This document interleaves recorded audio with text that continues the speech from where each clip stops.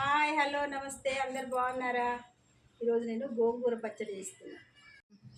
గోంగూర పచ్చడికి కావాల్సిన ఇంగ్రీడియంట్స్: ఎండుమిరపకాయలు 25, 2 టేబుల్ స్పూన్ల శనగపప్పు, 2 టేబుల్ స్పూన్ల మినప్పప్పు, అర టేబుల్ స్పూను మెంతులు, 1 టీ స్పూను జీలకర్ర, 2 టేబుల్ స్పూన్ల ధనియాలు, 4 టేబుల్ స్పూన్ల నువ్వులు, 2 పెద్ద ఎల్లిగడ్డలు, కొంచెం చింతపండు, 3 కట్టల గోంగూర.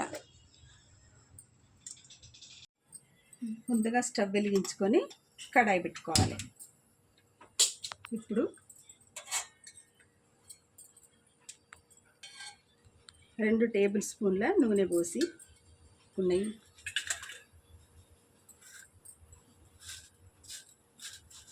శనగపప్పు, మినప్పప్పు, మెంతులు, జీలకర్ర,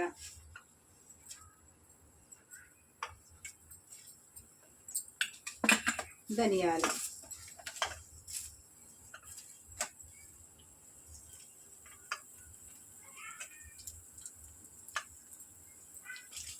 తర్వాత ఎండుమిరపకాయ.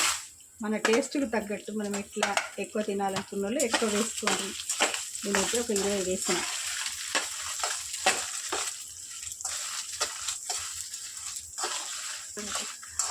మంచిగా కలపాలి. బ్రౌన్ కలర్ వచ్చేంత వరకు ఇది నూనెలో ఫ్రై చేయాలి. 2-3 నిమిషాలు వేయించుకున్న తర్వాత ఇందులో ఎల్లిపాయలు వేసుకోవాలి. వేసుకొని చక్కగా ఇలా కలపాలి. నేను ముందుగానే 4 టేబుల్ స్పూన్ల నువ్వులు వేయించి పొడి చేసి పక్కకు పెట్టుకున్నా. అది మిక్సీ జార్లో వేసుకోవాలి.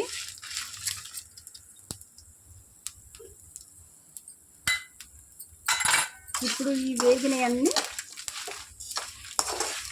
ఈ మిక్సీ జార్లో వేసుకుందాం.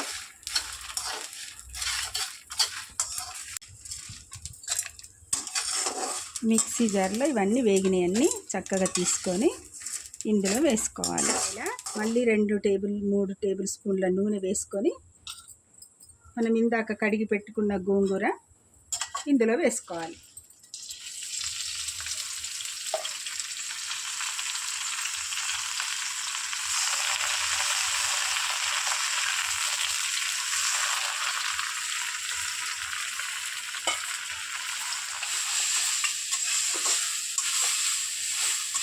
ఉడికిన తర్వాత ఇందులో కొంచెం చింతపండు వేయాలి.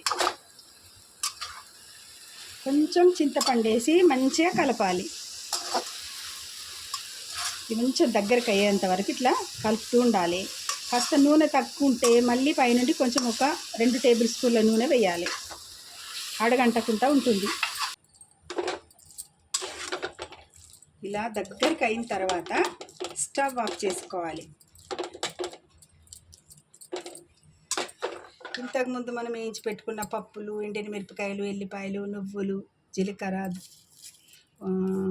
మెంతులు అన్నీ చల్లారిన తర్వాత దీంట్లో మనకు సరిపడేంత ఉప్పు వేసుకోవాలి. మన టేస్ట్కి సరిపడేంత ఉప్పు వేసుకొని దీన్ని మనం మిక్సీ పట్టుకోవాలి. ఇందాక మనము ఉడికించుకున్న గోంగూర ఇందులో వేయాలి. వేసి మళ్ళీ ఒక్క రౌండ్ తిప్పాలి.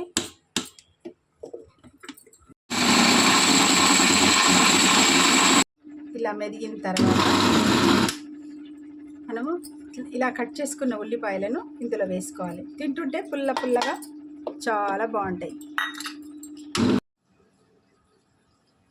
గోంగూర పచ్చడి రెడీ అయిందండి. ఇలా చేసుకొని వేడి వేడి అన్నంలో నెయ్యి కానీ పల్లి నూనె కానీ వేసుకొని తింటే చాలా బాగుంటుంది. Please like, share, subscribe. అమ్మ చేతిలో కమ్మటి వంట.